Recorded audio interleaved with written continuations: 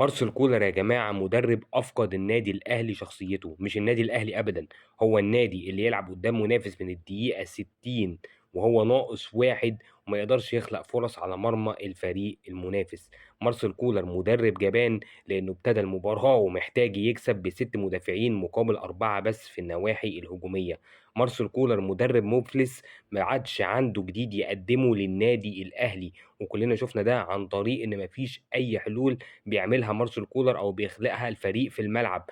مارسيل كولر لما بيتصاب عنده اتنين باك شمال بيجيب الباك اليمين محمد هاني لاعبه باك شمال، ويودي اكرم توفيق يلعب باك يمين، في حاجه غريبه جدا وعك ما شفت زيه قبل كده في النادي الاهلي. مارسيل كولر في الوقت اللي بيراميدز فيه اتطرد منه واحد، بيطلع الاتنين اجنحه اللي ممكن يعملوا حاجه، حسين الشحات واشرف بن شرقي، بينزل اتنين اجنحه منهم واحد بقاله 5 شهور ما لعبش كوره والتاني جناح ناشئ. مارسيل كولر اللي ما بقاش قادر يشوف مين اللاعب الكويس ومين اللاعب السيء. لما اشوف واحد زي احمد رضا ده بيلعب مباراة زي دي، مارسيل كولر لازم يرحل من النادي الاهلي.